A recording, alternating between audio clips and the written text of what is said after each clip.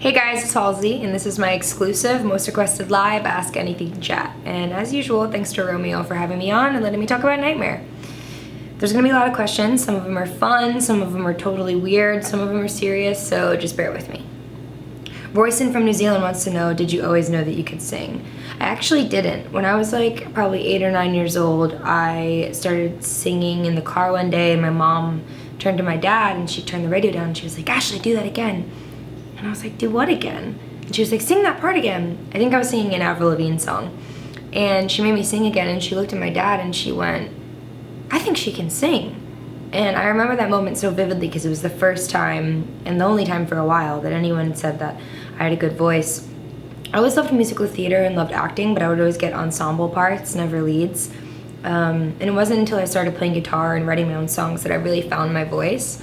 But I was never that kid at like family parties where I'd be singing and someone would be like, she should do American Idol, she's really good. That was never me. So I think it came as like a huge surprise to a lot of people when I started making music, because a lot of people didn't know that I was a singer.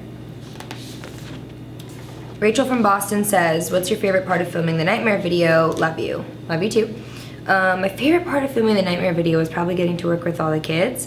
There was a lot of really young girls on the set, between the ages of like 8 and 11. And we were all in this like broke down school bus, and it was really fun because I kind of got to coach them along and make them really excited and explain to them the meaning behind the video and how what we were doing was gonna be really empowering. And I kind of got to instill some of the lessons of the song into them in the time that I had with them. I was a camp counselor growing up, so I love being around young kids, and it added like a really nice, like light-hearted, fun moment to what was 2 really long days of work. Calix from Canton, Georgia says, what was your first cell phone? Gosh.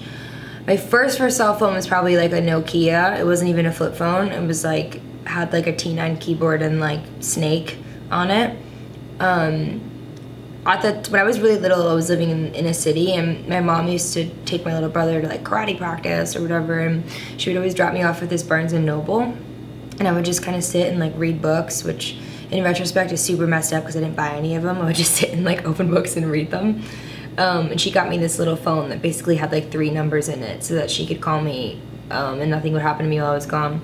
And then my second phone after that was definitely a Motorola Razr, and it was metallic pink. And I thought that I was the coolest person ever. Definitely wanted a sidekick my whole life though, because all the like cool guys in bands and like celebrities had them, and I always dreamed of having a sidekick. I might have to get one.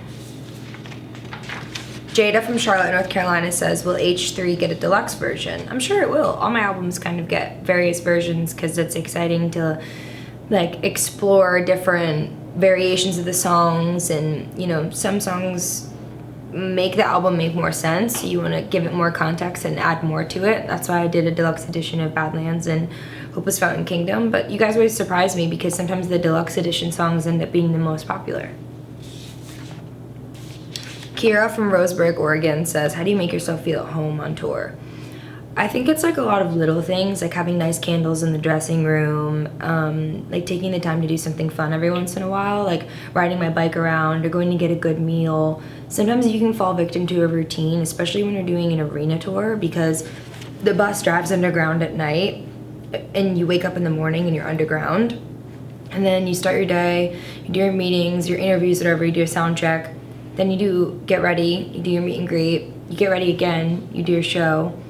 You come off stage, you get back on your bus, and you go to sleep, and it's nighttime, and then the bus drives back up. So sometimes you can go like a couple of days without even seeing the sun if you don't make a conscious effort to do it, which can get really, really lonely, and it's really, really bad for your health. So a lot of it is about like prioritizing and like making sure you take the time to go do people stuff, so you don't fall victim to that kind of routine.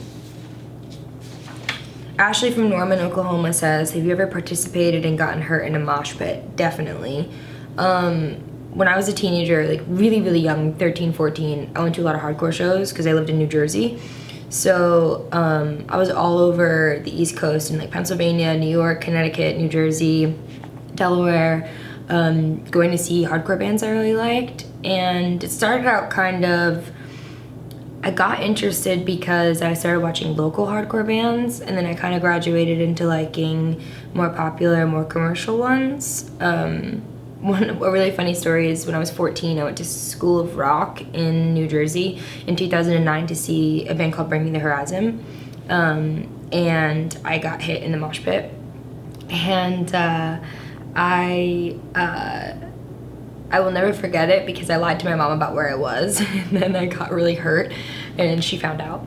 And now Bring Me is really good friends of mine, and I still really like their music, and that's almost, oh, wow, it's 10 years ago. More than 10 years ago almost, so that's pretty insane.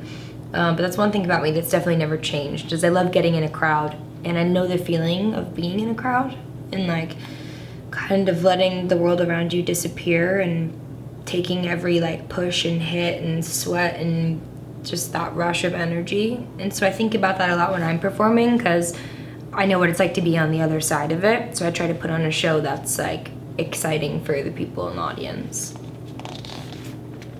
Josh from Amherst, Mass. Okay, the people need to know, how many wigs do you actually have?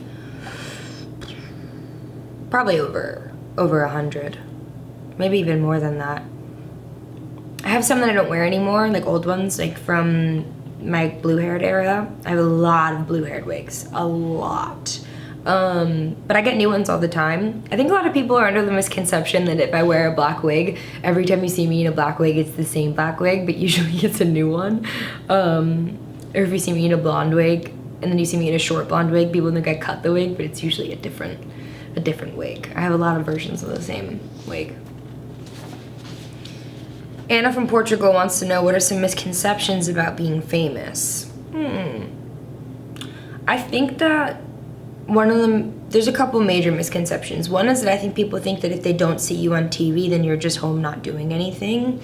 And people don't know how much, work you're doing behind the scenes. Like doing interviews and meetings and rehearsals and filming, and like everything you see online takes days to put together. Whether it's like fitting a dress or a red carpet to make sure that it fits just right, or it's, doing rehearsals for a big award show. Every one day sometimes takes 3 days to prepare for. So I think sometimes my fans will be like, you're just sitting at home, like, give us the album. And I'm like, I've been in the studio, I've been in meetings, I was doing an interview, and then I had to meet with the director for this video I'm gonna shoot, and then I had to call my record company and talk about this song and this thing, and then I went to the studio, and it's like, sometimes we're doing a lot even when you don't see what we're doing. That's a pretty big misconception. Caitlin from Mexico wants to know, if you could know the absolute and total truth to one question, what question would you ask? I would probably, if I could ask an omniscient being one question and they would give me an answer, I would probably ask if there is such thing as true love. Because I would like to know so I can stop wasting my damn time. Diana from Toronto says, can you change a flat tire? Yes, I can. I've done it many times, which I'm not particularly proud of, but I can definitely change a flat tire. Gianna from Clearwater, Florida says, if you could join any band from any time period, what band would you join? Ooh, I would want to be the only female member of the Rolling Stones. I think that would be pretty sick. Mallory from Las Vegas says, what's the best piece of advice you've ever received from a music lyric? That's a pretty cool question. I think that my mom played a lot of Alanis Morissette when I was growing up, and it wasn't so much like direct pieces of advice so much as it was like a mentality and an attitude that she was so unapologetic, and I think that really helped shape me into the woman that I am today, which was really nice. Those are all the questions. I would love to answer a million more, and you guys are so amazing because you always ask really thought-provoking and cool things and give me the chance to kind of let you get to know me a little bit more. And thanks to Most Requested Live, iHeart, and Romeo for having me on tonight. I want you guys to know that my new song is called Nightmare, and I hope you love it.